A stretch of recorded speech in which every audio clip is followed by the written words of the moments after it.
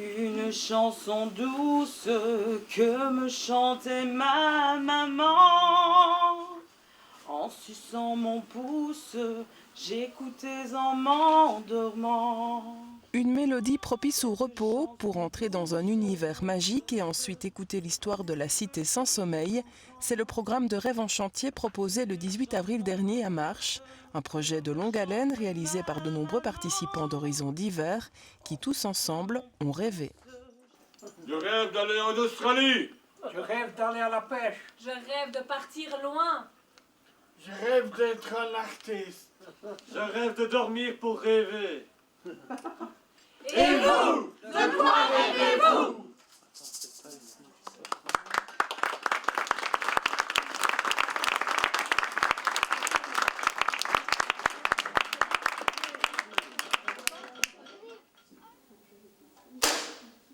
Fin mars dernier, dans les locaux de la Maison de la Culture de Marches, 3 semaines avant la présentation de Rêve en chantier. Les préparatifs vont bon train. Ici, par exemple, on fignole les costumes, quasiment tous fabriqués avec des éléments de récupération.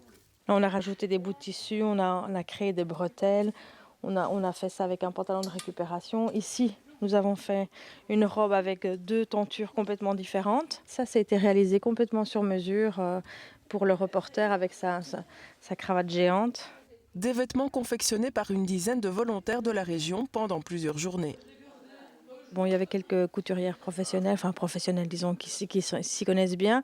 Il y en a d'autres qui ne savaient absolument pas coudre et donc elles ont regardé d'abord et puis commencé à s'y mettre et apprendre. Et voilà, c'est bien, c'est une belle participation. D'ici quelques jours, ces tenues seront donc portées avec un maquillage réalisé par d'autres petites mains. Oui, voilà. Ouais, mais c'est pour moi que tu fasses pas. Donc ici, c'est un personnage pour un garde. Donc ici, on a d'abord passé un fond de teint clair sur sa peau, puis on a mis une poudre plus blanche et on a travaillé avec des pinceaux noirs et du crayon pour lui rendre un regard plus perçant et plus sombre. Et ces techniques d'accentuation, ces réglages par rapport à la lumière, c'est lors d'une formation professionnelle quelques mois auparavant qu'elles ont été apprises. On a travaillé 2 choses, comme on n'avait qu'une journée.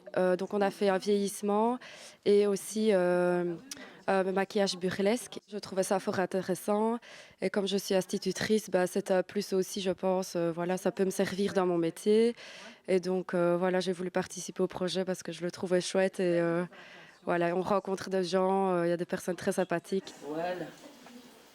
Maquillage, costume, mais aussi coiffure, voilà de quoi se mettre un peu plus dans la peau des personnages. Je dois quand même apprendre à répéter un petit peu avec le costume parce que je dois me tenir c'est assez raide comme ça au niveau des mouvements, mais ça me donne comme ça un maintien et un port de tête, on va dire un peu plus royal, ce qui correspond au personnage. Provenant d'une des troupes théâtrales marchoises, Larsen, cette comédienne endossera l'un des rôles principaux du spectacle. Dès qu'il y a un projet de théâtre, voilà, ça me plaît toujours. Donc je suis preneuse. Ça se passe comment là, 3 semaines du spectacle? Ça va, je crois qu'on ne se rend pas encore bien compte. Je pense que ça va être pendant les 2 semaines des vacances de Pâques qu'on va quand même un petit peu entrer dans le stress et dans la finalité. On va te voir ici dans un premier temps. Je propose, Michel, tu fais ça. On ne vous voit pas tous les 3. Hein. Michel, tu viens ici, tu regardes, ok, allez, dépêchez-vous. Mais tu ne le dis pas. Tu fais juste le signe. Ok. Il revient, quand ils sont bien, tu continues. Voilà, tu marches. Petit tour à présent du côté de la scène. C'est ici que l'on répète le spectacle qui sera joué. Donc tu vas la rappeler. Allez, dépêche-toi. J'ai lu un texte qui s'appelle La cité sans sommeil de Jean Tardieu. C'était une pièce où ça donnait la possibilité au metteur en scène d'inviter toutes sortes de figurants. Il y avait de multiples entrées pour pouvoir participer à un projet. Les comédiens, évidemment, ont été choisis par nous les metteurs en scène, et tout le reste, ça vient qui veut. Des bons pas, hein, comme quand on marche. Hein, pas de tic-tic-tic-tic, hein, de pas normaux. Ok, c'est parti. C'est pris. Car autour du noyau de comédiens, d'autres personnes viennent se greffer, notamment ces figurants. C'est la première rencontre, donc c'est vraiment de la dynamique de groupe, expliquer le spectacle et trouver concrètement des actions très très simples que les figurants pourront faire dans la cité sans sommeil. On se retourne. Ah, il faut lire le plan. Ok. On déballe le plan, où est-ce qu'on est. Alors on essaye de regarder pour retrouver des repères visuels. Et parmi eux, il y a ces 2 participantes des ateliers théâtraux de la SBL Andaja à Haï. Là, sur la carte. On est touristes. On doit faire des photos ou visite la mesure communale. Qu'est-ce que ça représente pour vous de faire partie de ce spectacle? C'est génial quoi, pour les gens qui vont nous garder. Pour prouver qu'on est comme tout le monde, quoi. L'objectif premier de ce projet, c'est la participation. Donc ce sont des personnes qui n'ont pas forcément une habitude des centres culturels ou puissent franchir vraiment la porte de ce centre culturel en se disant « Ok, ma place est là aussi pour moi » et ensemble, on crée quelque chose. Le grand jour, comment ça va se passer concrètement? Ensuite, on fera un petit rappel et les infos pratiques concernant les univers créatifs qui seront présentés dans les salles d'exposition dans lesquelles nous sommes aujourd'hui. Ensuite, on parlera du spectacle. Le partage et l'inventivité, ce sont donc les fils conducteurs pour monter cette pièce, tout comme les expositions qui composent ce projet créatif et participatif. En route depuis de nombreux mois, cet événement est le 3e du genre initié par la Maison de la Culture de Marche et la SBL Article 27. On choisit un thème, une forme, et à partir de là, toutes les associations peuvent créer et inviter les gens à participer. La première année, c'était autour de l'apparence, la réflexion du regard sur soi, et la forme était un défilé. Il y a 2 ans, c'était la foire du quotidien, et cette année-ci, nous avons créé un spectacle et des univers. On est loin d'une expo traditionnelle où le spectateur a des œuvres à regarder, mais on est plutôt dans des espaces qui sont à vivre.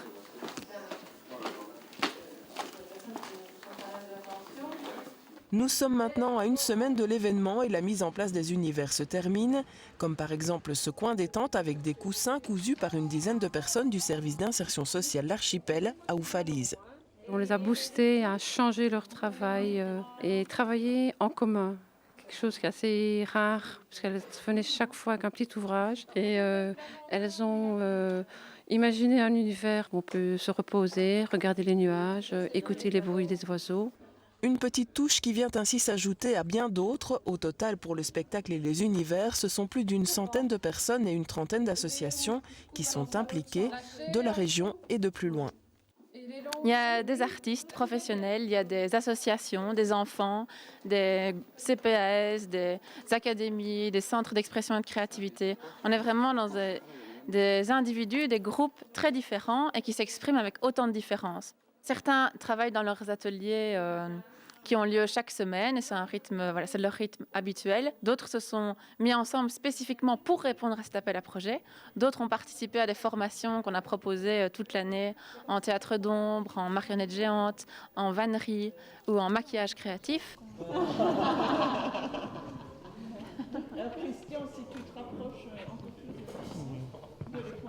Des créations artistiques, des formations et bien sûr de nombreuses répétitions avec les comédiens, les figurants et également les intervenants du final, notamment ces jeunes accompagnés par le service éducateur de rue de Marche pour faire du break et bouger autour de cette pantoufle géante.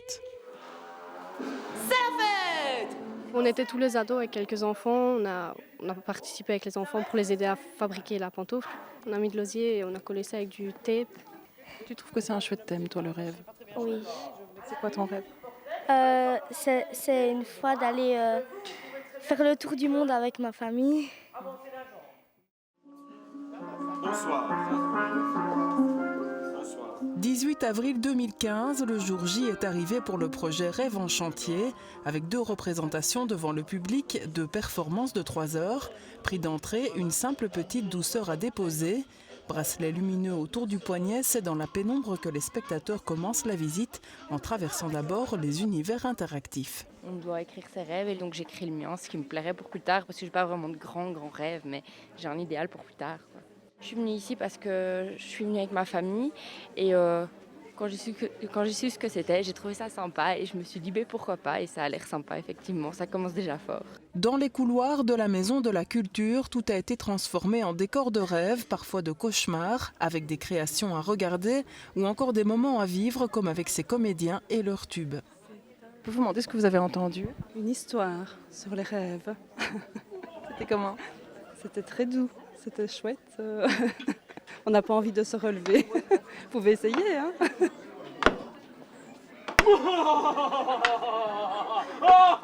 Des lumières douces, des espaces de repos et encore d'autres trésors à découvrir, notamment ces boîtes réalisées par l'atelier La Main Libre de Sommeleuse.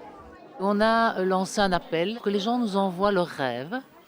Et donc voilà, anonymement. Donc c'était très gai parce que d'un atelier à l'autre, c'est vrai, à Louane, on recevait du courrier. On commençait par faire des dessins et puis les enfants choisissaient le rêve qui le touchait le plus et le réalisaient alors en 3D. Justement, toi, Louane, qu'est-ce que tu as réalisé? Quelqu'un qui voulait rêver un chalet en montagne. Ça, c'était mon rêve, mais j'en ai fait un autre avec dormir tous les soirs avec un amoureux qu'il était mis dedans. Ici, maintenant, qu'est-ce que tu fais pendant que les gens viennent voir? Je dessine derrière une porte. Il y a un rond et ils chuchotent leurs rêves. Des rêves dans toutes les matières, papier mâché, tissu, céramique, des rêves poétiques ou parfois aussi plus osés, comme cette installation réalisée dans l'atelier créatif de l'association Clairval de Barvaux. C'est à la femme mes flammes mettre en valeur. Voilà, c'est tout, simplement. Alors, on a pris du plexi, on a collé toutes les photos qui sont là, et puis on a peint en noir, on nous a écrit. Voilà, ça a pris pas mal de temps, mais bon, finalement, on s'est dit, à la fin, on va être fiers du résultat. Est-ce que vous voulez nous noter quelques rêves? Une fierté pour les participants, un plaisir pour les spectateurs qui peuvent s'évader. Je pense qu'il y a beaucoup trop d'injustice aujourd'hui et c'est la cause de beaucoup de malheurs sur la Terre. Donc je pense plus d'égalité, plus de meilleure répartition des richesses, je pense que ça pourrait rendre notre monde vraiment plus beau. Des choses qui vous ont marqué ou même en termes de beauté, des choses que vous avez vues qui vous ont plu? J'ai vu notamment tout à l'entrée là, des petites représentations des enfants, notamment ça ressemblait davantage au monde de la nuit. Enfin, j'ai trouvé ça très beau et très touchant parce que en tant qu'adulte, parfois on oublie qu'on était enfant aussi. Une rêveuse, une dormeuse, quoi. Fin de parcours dans les univers, il est maintenant temps de rejoindre la salle pour le spectacle. Allez, viens, on l'embarque, on lui fera son procès verbal une fois arrivé au poste. Viens.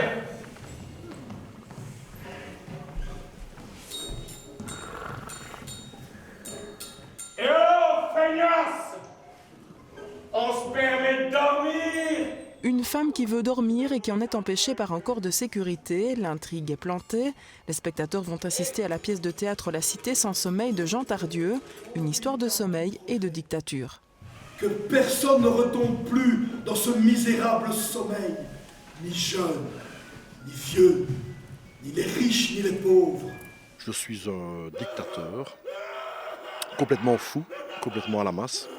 Et j'empêche les gens de dormir grâce à un savant qui a inventé le sérum de l'insomnie que j'injecte à tous les gens de mon peuple pour qu'on travaille 24 heures sur 24. C'est ça mon rôle. Et qu'on ne dorme pas et qu'on ne rêve pas? Exactement. J'ai interdit le sommeil, c'est du temps perdu. Une cité imaginaire dans laquelle le sommeil est puni de mort, c'est donc le propos de cette fiction tragicomique pour laquelle les comédiens ont travaillé de nombreux mois. Article 10. Toute infraction à la loi, c'est-à-dire tout abandon au sommeil. Ça fait une bonne année que l'on répète. Au départ, on a travaillé sur... il fallait tout simplement, par exemple, choisir un animal qui nous caractérisait. Dans mon cas, c'était l'ours. Avant de commencer vraiment à travailler sur le texte. On a répété séparément chaque fois et il y a peu, on a remis toutes les choses ensemble. Donc c'était assez stressant. Je t'aime, je t'aime, je t'aime. Outre le jeu des acteurs, le travail s'est aussi porté sur les décors avec des ombres fabriquées et manipulées par un groupe spécialement formé pour l'occasion. Il y a également l'habillage sonore réalisé par une cellule bruitage. En lisant la pièce, moi j'ai imaginé un décor et donc après ça on a fait un appel à projet et des gens ont découvert cet univers, ont dû s'y faire petit à petit et puis imaginer ensemble comment amener quelque chose de plus à cette pièce, quoi. À partir de cette aubette entièrement créée et équipée d'objets divers, l'objectif est de faire ressentir au mieux l'atmosphère. Il y a des moments clés comme la ville qui redémarre, la ville qui subit une panne. Et donc les ombres en même temps que nous, on marque un mouvement dans la ville, un mouvement un peu permanent, et puis qui capote, qui explose et plus rien. Silence. Par la suite, c'est des cauchemars, donc faire des sons morbides, voilà, plexi, une scie, enfin plein de choses comme ça, quoi. On a dû imaginer aussi comment faire le vent. Donc là au milieu, c'est un petit tourniquet. On a mis un tissu dessus et en faisant tourner, ça fait enfin, un bruit de vent. Et puis dans la vie très dense de cette cité, des moments de douceur interviennent aussi en parole et en danse.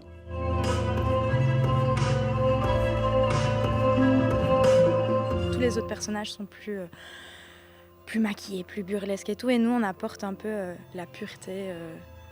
Un petit côté naïf, amoureux, constamment dans notre petite bulle en tout cas, donc on va finir par en sortir et devenir un peu des révolutionnaires pour faire un petit peu bouger les monstres de la ville. Ce qui est incroyable avec ce projet, c'est qu'il y a eu un énorme partage. Moi, j'ai appris de la danse alors que je ne savais pas en faire. Enfin, tout le monde, je pense que tout le monde a appris de tout le monde et c'est ça qui est magnifique dans ce projet. Et voilà. Oui, les rencontres sont continues parce qu'on travaille chacun séparément, puis on se rencontre au fur et à mesure et ça n'arrête pas. On a encore rencontré des gens qu'on n'avait jamais vus à la répétition générale. Donc c'est un mouvement continu et un partage qui ne s'arrête jamais. Donc c'est vraiment une super expérience. Où il vous annoncera les nouvelles décisions du Parlement. Debout! Allez, debout!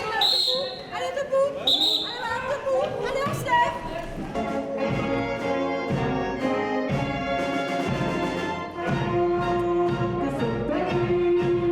Tout en faisant participer le public, l'histoire suit son cours avec l'apparition de monstres et finalement le triomphe du sommeil et du rêve. C'est la fin pour le promoteur dictateur.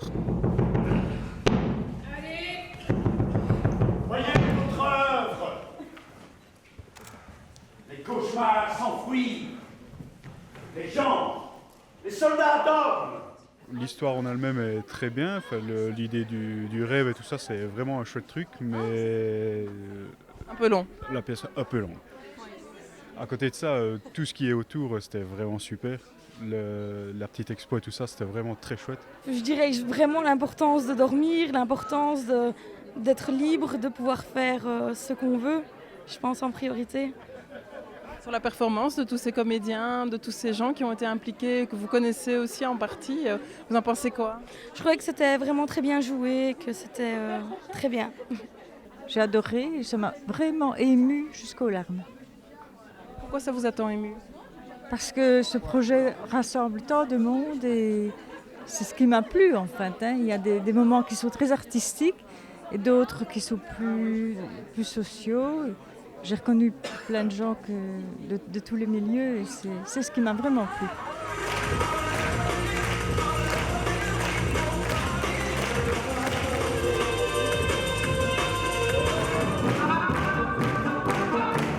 La joie peut maintenant revenir dans la cité sous la forme d'une parade avec tous ceux qui ont participé au projet.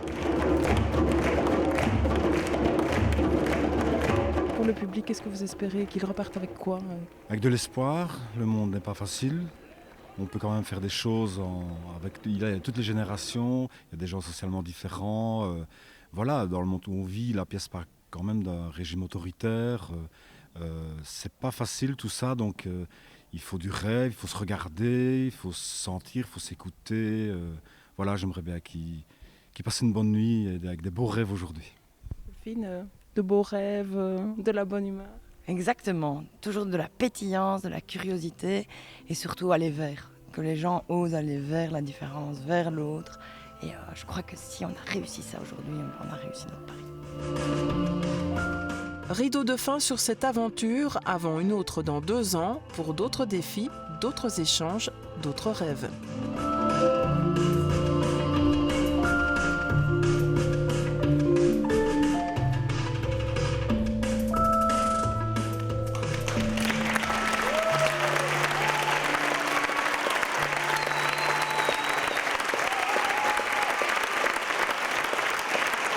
Merci à vous. Conclusion, le film arrive. Désolé.